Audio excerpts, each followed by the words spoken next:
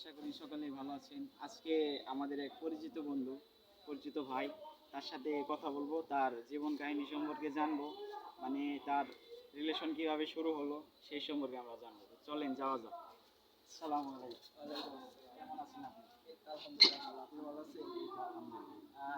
আমরা আসছিলাম আপনার কাছে আপনার জীবন কাহিনী সম্পর্কে জানতে, মানে আপনার রিলেশন শুরু হলো কিভাবে সেই সম্পর্কে জানতে চাই। আসলে ভাই করছেন তো একটা এমন প্রশ্ন, এগুলোর উত্তর খুবই অস্বাভাবিকভাবে দিতে হয়। আসলে আমার যখন নিজ জীবনে প্রথম প্রেম হয়েছিল তখন আমি ক্লাস 4-এ পড়ি।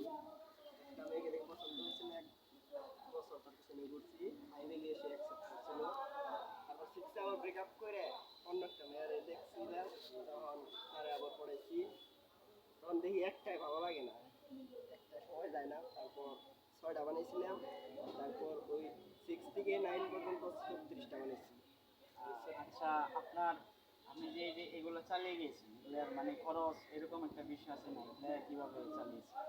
না ভাই, আমি কারোর পিছনে কোনো টাকা পয়সা খরচ করি নাই, তারা ওইটা আমার দিচ্ছে। এই কারণে আর কি আপনার জন্য 36টা করা সম্ভব হয়েছে নাকি? এখন আমি বর্তমানে সবগুলো বাদ দিয়ে একটা রাখছি। একটা রাখছে। সে সে কোন ক্লাসে পড়ে? ক্লাসে ক্লাসে। যাক, আপনার বয়স আন্দাজে কমই আছে। দোয়া করেন আপনারা, মানে তাহলে জীবনসঙ্গী হিসেবে পেয়ে যায়।